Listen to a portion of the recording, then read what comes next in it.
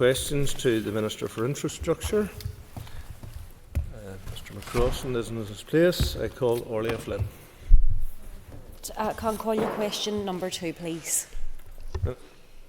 Road safety is a high priority for my department, and I'm committed to working proactively to make our roads safer and to address the needs of all road users. Since 2020-21, the department has delivered 2 tranches of part-time 20-mile-per-hour speed limits at 216 schools, which is an investment of £4 million. The department previously piloted this approach at 17 schools, bringing the total number of schools with part-time 20-mile-per-hour speed limits to 233. A review of the initiative introducing part-time 20-mile-per-hour speed limits at schools has been undertaken and is available on my department's website. The review recommended the provision of a 3rd tranche of part-time speed limits at schools with a more targeted intervention approach. A new policy document has been issued to enable an interim and modest programme to be taken forward in 2025-26. Given current funding pressures, Tranche 3 will be modest in size and will primarily include 2 schools per council area. A programme of schools to be treated in the next financial year is now being prepared, and this draft programme is based on the existing scored listing, but with preference given to rural schools which are located on roads where the national speed limit applies. I am currently considering this draft programme, and I hope to make a formal announcement in the coming weeks. Ms Flynn. Much to the Minister for a response. I'm just wondering, the Minister said that a lot of this is still under consideration, but could she maybe inform me if Bunskull Phobal Firstja, which is on the Shaws Road located within a residential area, if it's likely that they will be included in this third tranche of reducing the 20-mile-per-hour speed limits, please? So I am aware that the department has recently received a request for this school to be included in the 3rd tranche programme for 25-26. As I've said, I'm currently considering this draft programme and plan to finalise the programme in the coming weeks. The proposed programme will have, as I've said, a primary focus on schools and rural roads where a national speed limit applies, so that's a speed limit of 60 miles per hour. However, I am very aware that there are schools in urban and residential areas which would also benefit from a reduction in speed limits.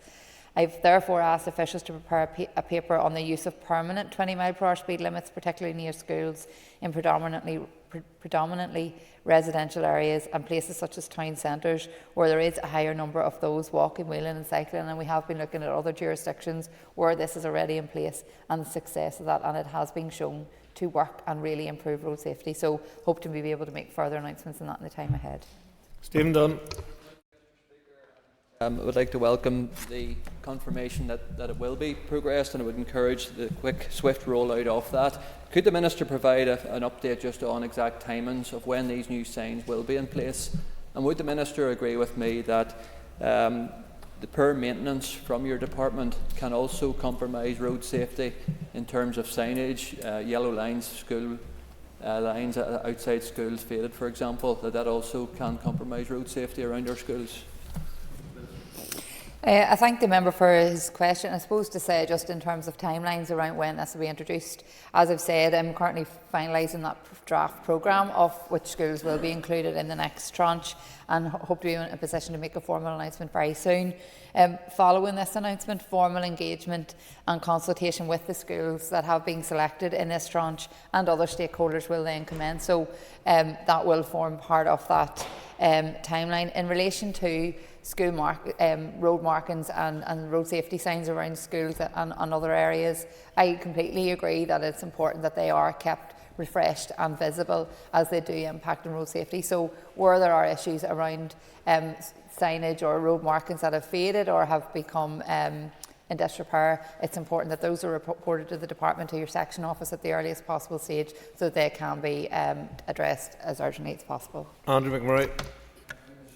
Thank you, Minister. Minister, just in reference there, I think you paid slight reference to it there about the permanent 20-mile-an-hour speed limit zones outside schools. Again, I would welcome to hear that sort of any further information on that, and also just draw the Minister's attention, I'm sure she's aware, to the local village of Dundrum, where there is a school that has a 20-mile-an-hour speed limit at one end of the village, but yet Knockhaven Special School at the other end doesn't have that same 20-mile-an-hour. So again, something like that village there would greatly appreciate a permanent outside the zone. So the Minister could elaborate, it'd be greatly appreciative. Yeah, I thank the member for raising this, and I suppose In my previous position, just as a constituency MLA and not in my role as minister, it's something I've lobbied for myself for a long time from coming into the Assembly in 2020. My own child's school has a 60-mile-per-hour zone outside it. So I'm acutely aware just of how dangerous this is and the impact that can have. And I think this is something that we should see outside all schools, because it is about, and we've started the previous motion ahead of question time today, we have to ensure that we're mitigating in every possible way against the risks that present on our roads every single day, and particularly around our school children who want to get to and from school safely. So I had asked from coming into the department, and I know my predecessor had already started work on this, looking at how we can make those permanent and rolling it out, so that we're not having to pick one school over another. I suppose to date, it would be good to see that rolled out further as quickly as possible. Budgets will constrain that, and we have to do it in a phased approach. But I hope that we can get to a place where no school will be left behind, and that we are working through those. So, as I'd said, 233 schools already have the 20-mile-per-hour speed limits outside it, and we're looking at how we can further roll that out, be it in residential areas and other town centre areas where we will have a lot of pedestrians. And we want to encourage, obviously, as the member will rightly be very supportive of greater use of active travel. And this is one way that we can ensure that active travel routes and in getting people out, whether it's walking, wheeling, cycling, that they can do that in a safer way. And reducing speed limits is one way that we can, I think, help to make those areas safer. Our Hunter. Speaker, Minister, I know a number of schools in my constituency would welcome the extension of the speed limit scheme. Can I ask, off the back of that, will the Minister commit to exploring the implementation of school streets schemes, which would temporarily restrict traffic around schools to improve safety and encourage active travel? So, as I've said, we are looking at improving safety around schools in general, and that's why I've said about the further rollout of 20-mile-per-hour speed limits.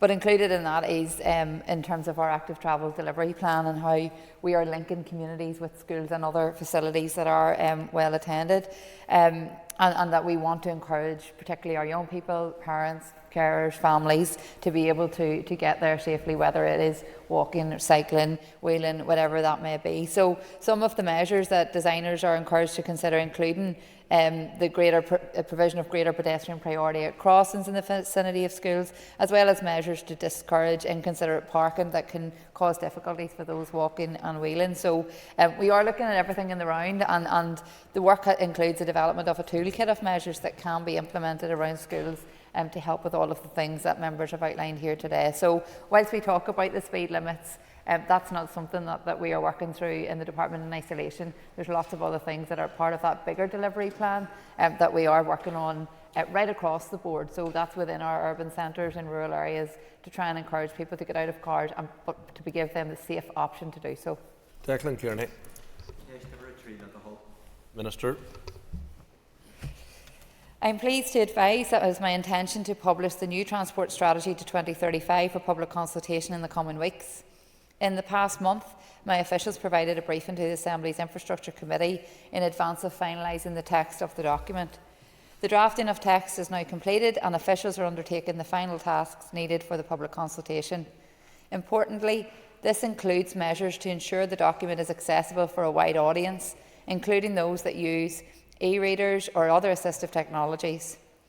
My officials engaged with the Inclusive Mobility and Transport Advisory Committee, also known as IMTAC, to help to ensure the requirements of those with special mobility needs are reflected in the wording of the strategy.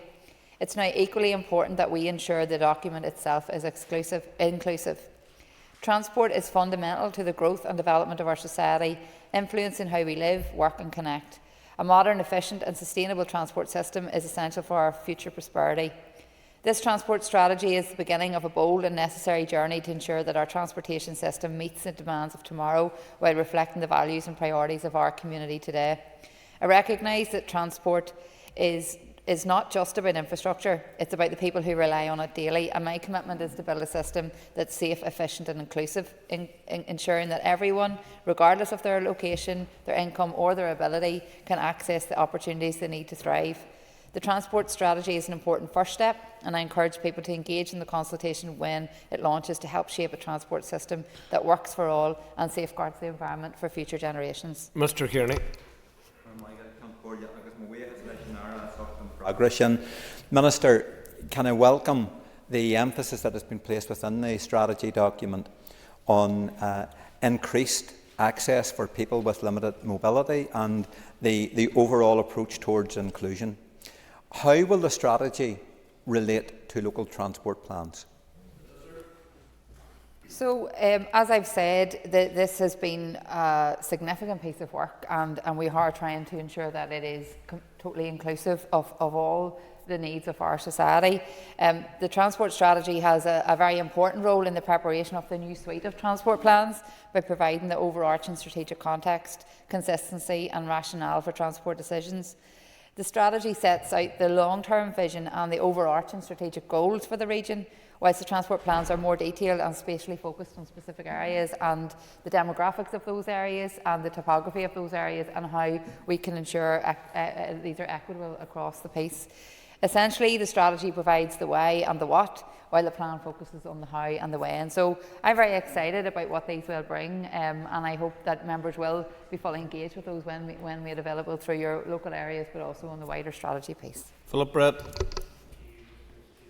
Minister, the transport strategy will aim to increase the use of public transport.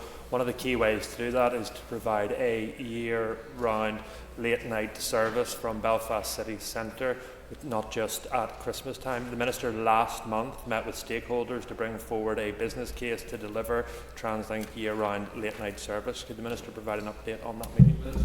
So, as the member may be aware, following the debate on the Hill Street pedestrianisation, I had a brief engagement with himself and some of the stakeholders from the city centre. So I am due to meet with the Economy Minister and others to look at how we can further explore an additional service or a better nighttime service for those reasons. So as we move through that, I'll be happy to keep the member updated. Matthew O'Toole. Thank you, Mr. Speaker. Minister, I hope you can give a specific pledge on the night buses. I appreciate that you're still meeting on it, but I think further to Mr. Brett's point, we'd like to see specificity on that. Can I ask about the transport plan and strategy? Will it include actions from the All-Ireland Strategic Rail Review? I think it would be illogical to have a transport strategy to 2035 without mentioning the All-Ireland Strategic Rail Review.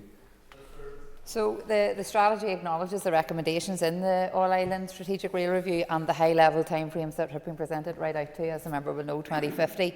The review has provided the evidence-based framework to inform future investment in the railways across the island of Ireland, and this high-level strategy is for the period up to 2035 and acknowledges that more work is needed to test the feasibility and affordability of the review's recommendations and to secure the necessary funding to take the projects forward. So, as the strategy is only set out to 2035, I would imagine that will incorporate some of that work. However, the All-Ireland Strategic Rail Review reaches, as you know, to 2050, which is a longer-term plan, and we're still working through the feasibility aspects of that. So, hopefully that we'll see delivery of that throughout this period, but it's not specific to that because it is a longer term plan. Jim.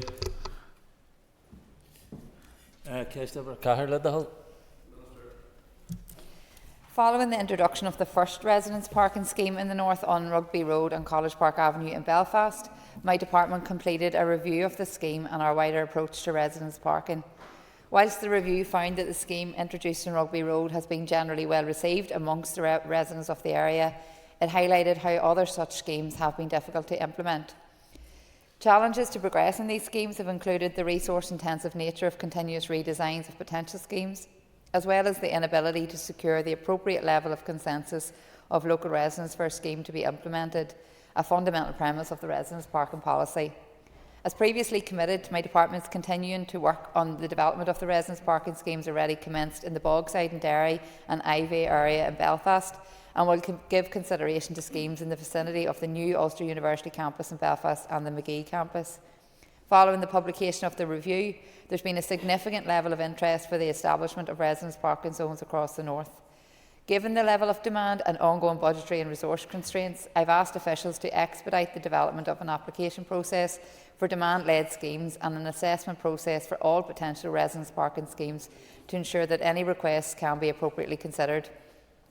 This process will take into account the findings and recommendations of the review and provide a streamlined approach for considering, assessing and prioritising requests going forward.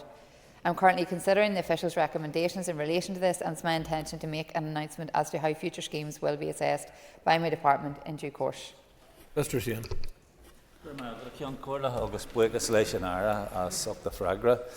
Could the Minister tell us why she has decided to introduce an application process?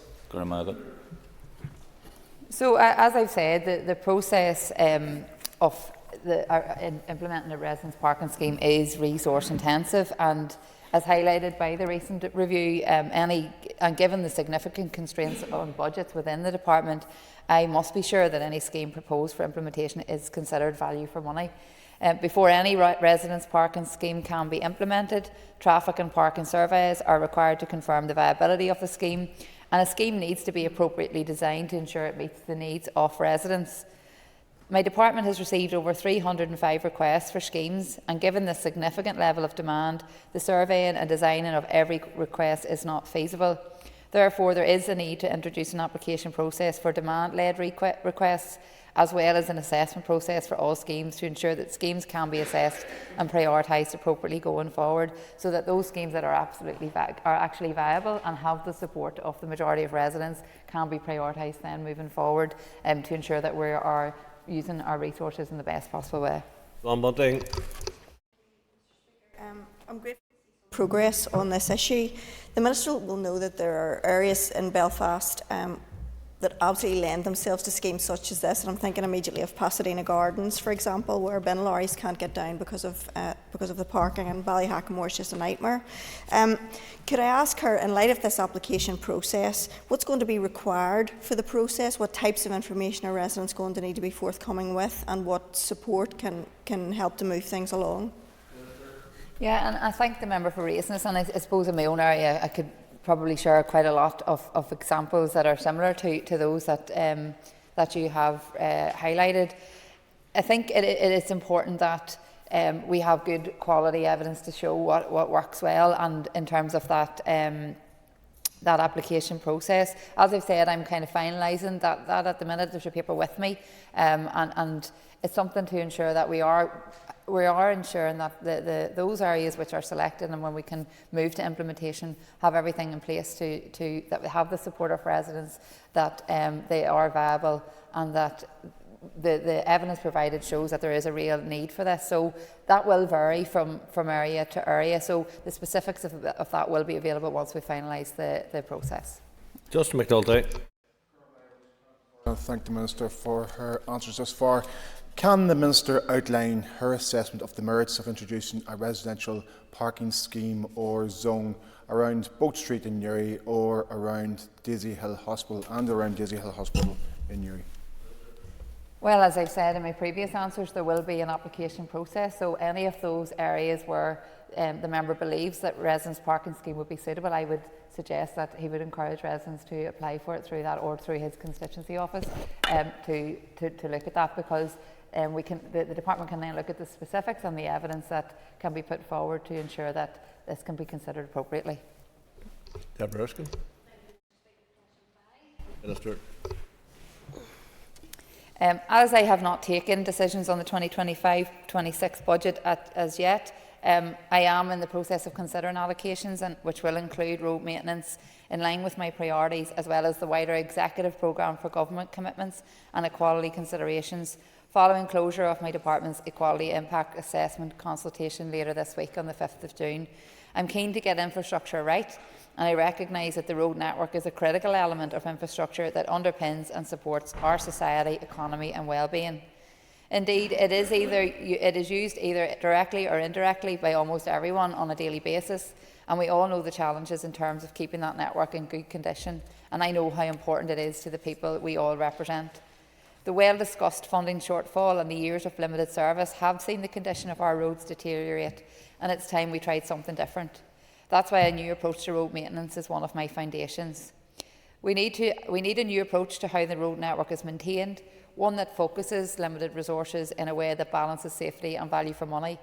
It should be data-driven and supported by sound engineering judgment and address the problem in a meaningful and, most importantly, a sustainable manner. My officials have been developing a new approach to road maintenance, and we will focus on delivering higher quality repairs instead of spreading resources too thinly, ensuring a more reliable and safer road network where we intervene. Mr. Erskine. Thank you, Mr. Speaker. Roads are crumbling. Warm words on delivering a new road maintenance scheme with technology. The major roads prioritisation programme delayed, increase in claims because of potholes, road safety put in jeopardy as a result of poor maintenance along our roads. Yet I understand 4.2 million was underspent on roads in the last financial year. Why? Minister. Well, as I've just come in at the end of the financial year, I probably don't have all the answers to those questions, but I think it's important to say that, you know, we often, at every opportunity, we look about how we can get additional funding into our roads maintenance area of the department. This is a critical issue for all of us. This is something that we all use the road every day, and we all recognise the huge challenges and the chronic underfunding that the department has seen, that the executive has seen, is directly attributed to what we are seeing every day. So whilst the member may feel these are warm words, I am keen to do something about it, and that's what I'm trying to do, and that's what officials are working on at present.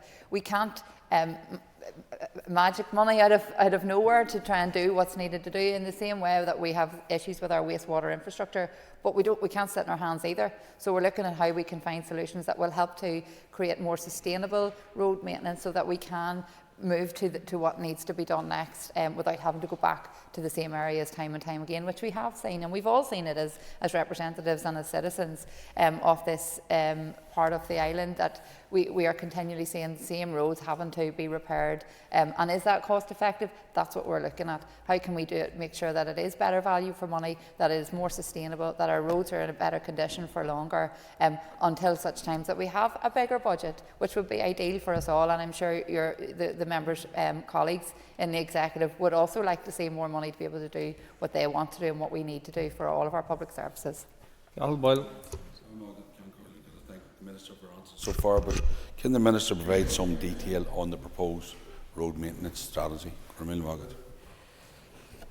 Yeah, so as I've said, officials are working on a new approach to road maintenance, which will focus on delivering those higher quality repairs instead of trying to spread resources too thinly, which I think will contribute to a more reliable and safer road network where we do intervene. The use of modern technology, as I previously alluded to, will help to direct our investments where they're needed most, ensuring smarter maintenance decisions, and hopefully will future-proof our roads to meet the changing needs of our society, including, as we've talked about earlier, active travel, also reducing the carbon footprint of our operations, and ensuring that the network is resilient after adverse weather events, which we are seeing more and more frequently, and which have a massive impact on the quality of our roads and the structure of our roads.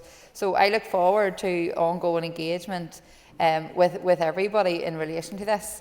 As the new strategy is being developed, I think it's important that everyone engages with that as we move forward. And this will be the first time, I think, that something like this has been done. It's not going to be the answer to all our problems, but I hope that certainly it can put us in a better position and see a marked improvement in our roads. Anna Armstrong. For your responses. Minister, can you give an assurance today that funding allocations for road maintenance are fair across Northern Ireland, given that in this current mandate, in one project in Belfast, 2 miles, the spending was 4 million compared to 1.5 million on a 30-mile stretch in my local constituency of Fermanagh and South Tyrone? Minister. So this is a question that comes up quite a lot, and as I've said earlier on, as a constituency MLA, it's one I have also asked, and I think it's fair to say that allocations in terms of funding are done in the most equitable way across the north, across all the divisions of DFI roads. There is a very complex methodology of how that is allocated, but it is primarily based on need. So whilst there may be different schemes, and those are worked out by the divisions, the funding stats for each of the divisions are accessible through the department and have been in written questions, and I'm sure the member is aware of those. But how that is then allocated within those divisions are decisions that are taken by the staff in those areas who are best placed to know the needs that are greatest in those areas. So happy for the member if there's specifics to ask in relation to that, and we can follow up with the relevant section offices and the divisions. But I think it's fair to say that we could make comparisons without understanding the mechanics of all of these things and what quantifies as greater need in some areas. But I know it is a very complex methodology, as I've asked these questions myself, and sometimes it maybe doesn't look at the face of it. Mr. Dixon. As I've previously met with the member in relation to this issue, and he will know that my department has legislative responsibility to maintain roads and footpaths to an appropriate standard, ensuring the safety of all road users, including pedestrians and cyclists. And this is managed through the provision of infrastructure which is designed and installed to current safety standards.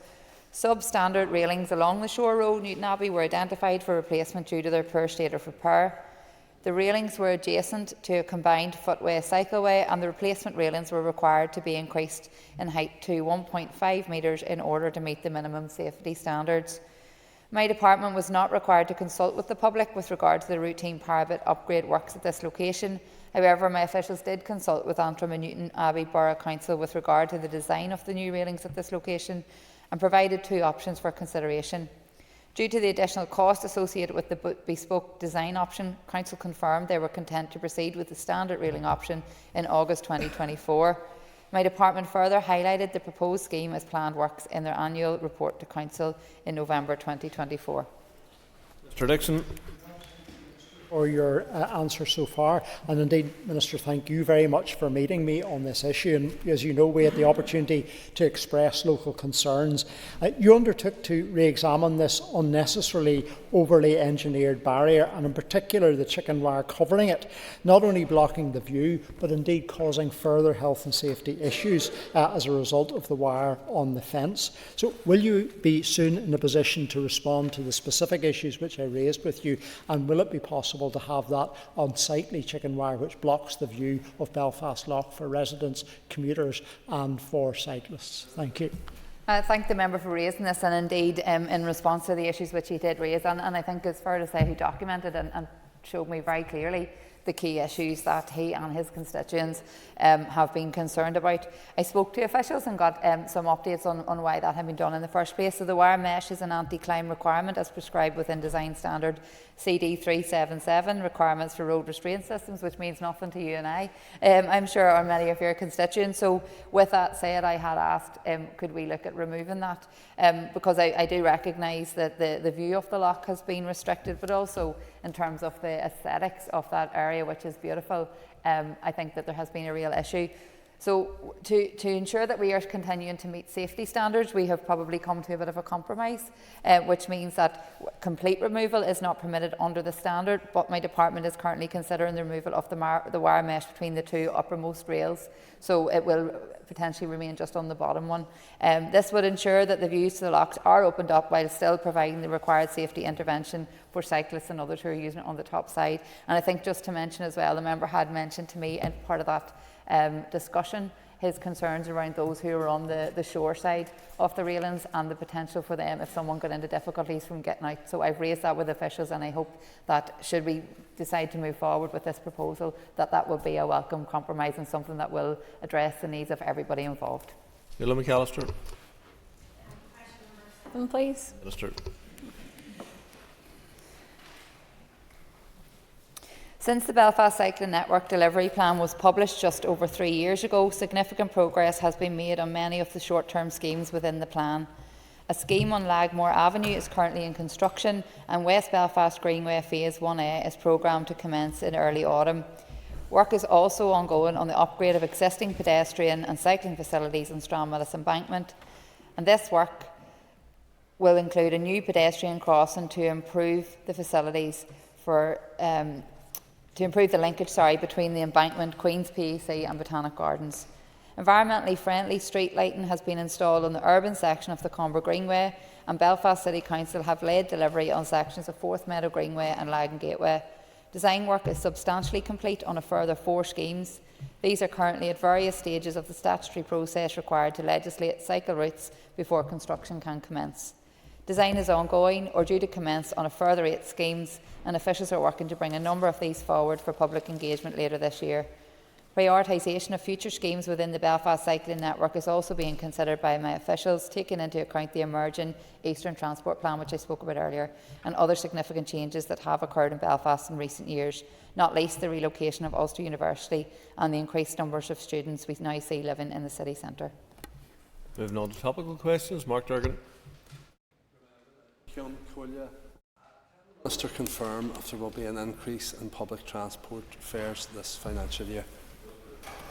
So, as I've said in my earlier answers, we're currently still considering budget allocations and how that will look. I have been working with TransLink, as a member I'm sure will be aware, to look at how we move forward. So I hope to be able to have a decision on that fairly soon.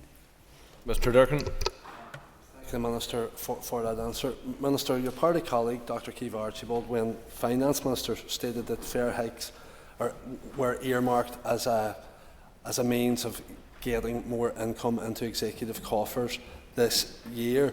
Would the Minister agree that, given the need to make public transport more attractive, i.e. more convenient and more affordable, this is the wrong direction of travel?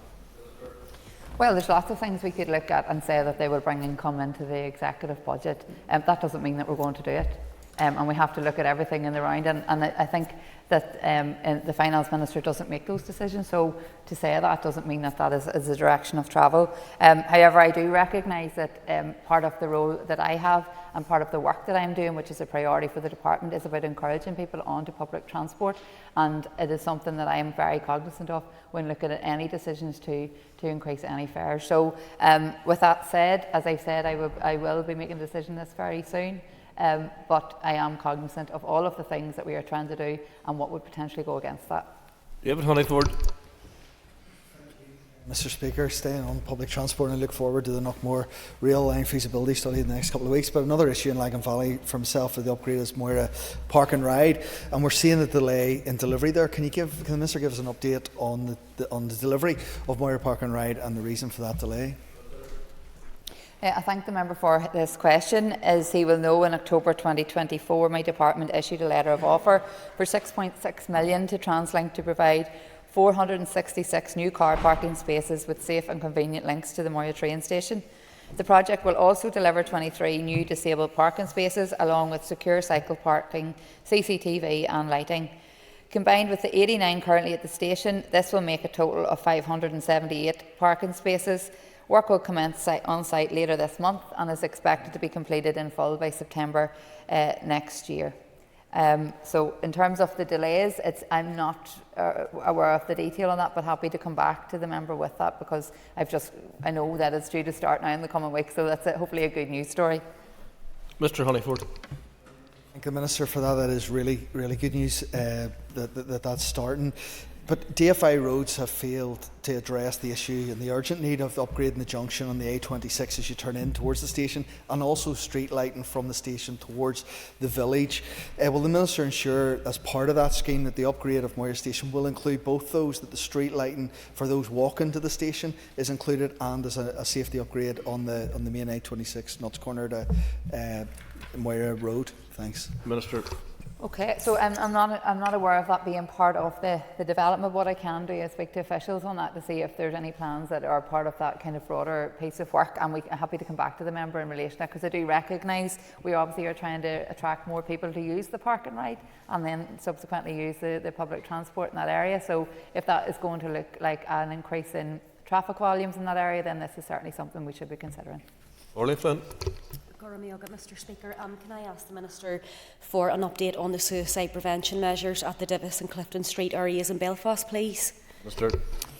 Thank the member for this important question. I fully appreciate the significance of the provision of these measures to the Divis and Clifton Street bridges over the West Link.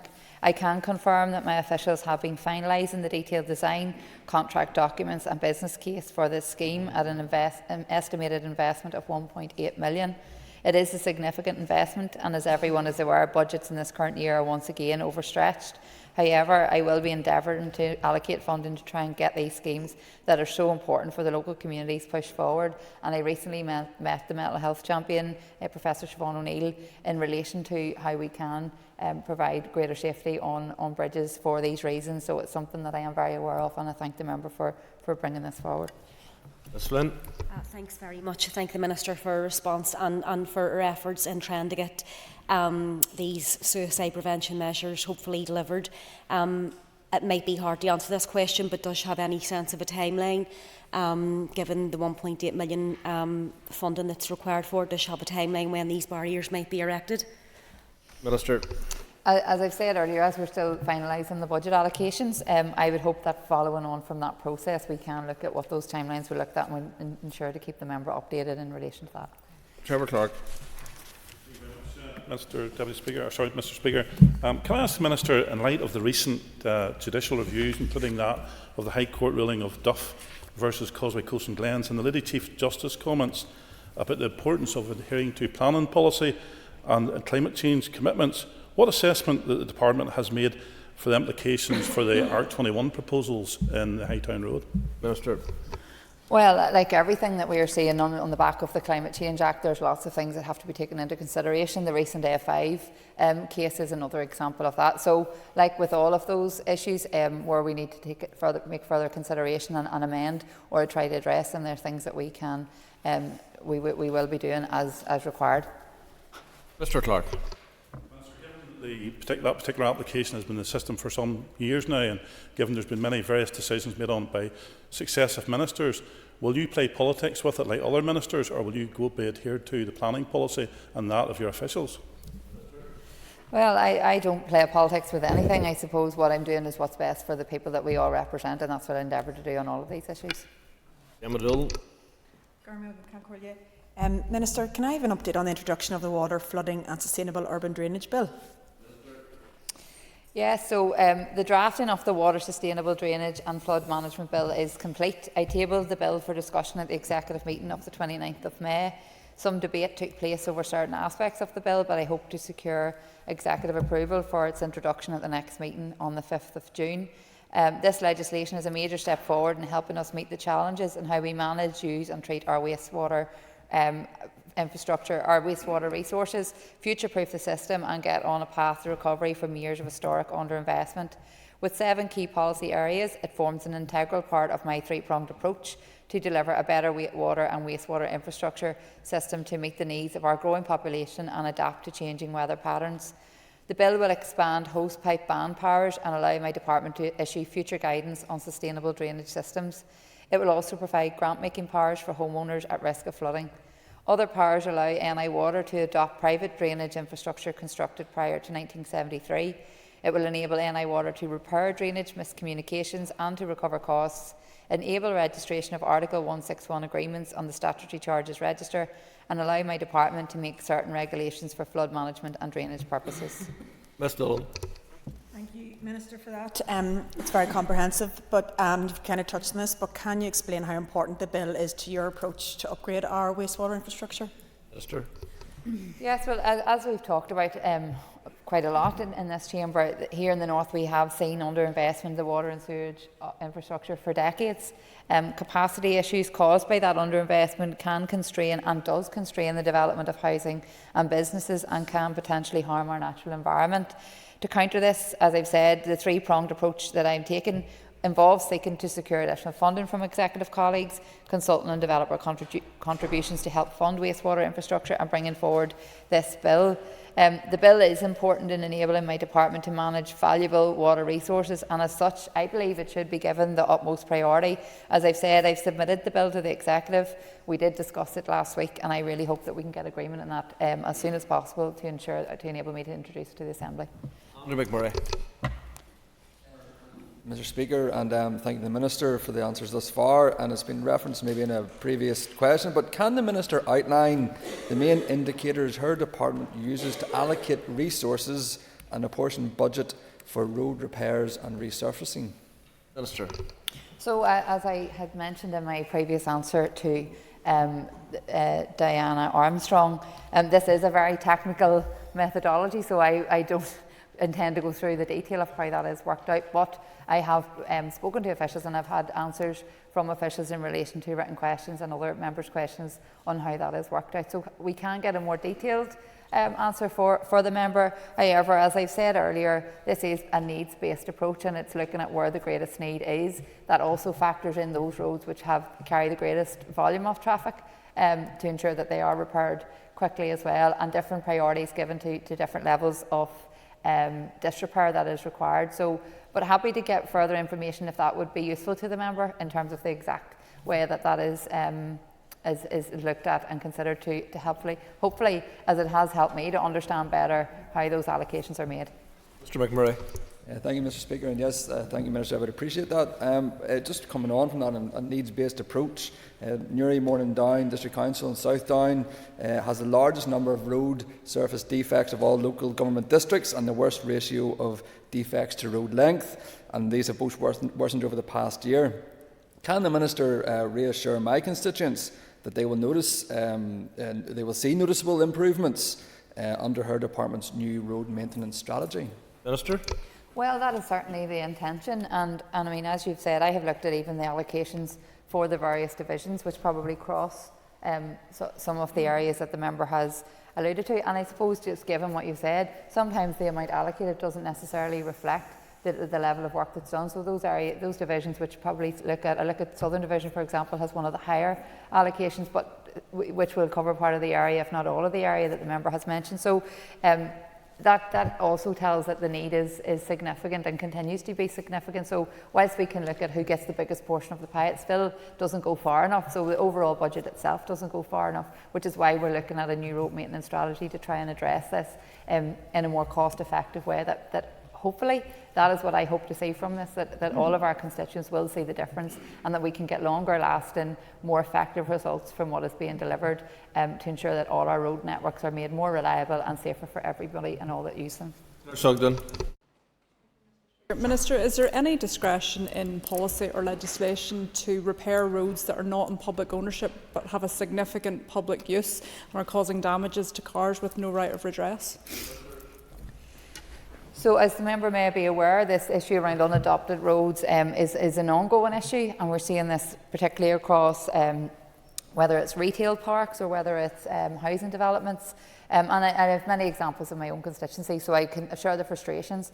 However, in relation to those unadopted roads, there is a process that has to go through, and it is essentially the responsibility of the developer or whoever has put the road in place in the first instance. In areas where there are shared roads, then it looks like it can be shared between various residents who maybe live along that road, and there's things there, but to bring it up to a certain standard so that it can then be adopted by my department, who then can take on the maintenance going forward. So there are so many unique issues around this, but happy to consider those specifics and provide a more detailed answer where needed, if that would be useful for the member. Ms Sugden. I've written to many of your predecessors in relation to a road at Riverside Retail Park in Coleraine, and the issue there is that the road cannot be ascertained who owns it, so there is no right of redress, and it's getting to a point where it's becoming unsafe, and I would expect the PSNI might look toward closing it. So how do we help those people where ownership cannot be ascertained?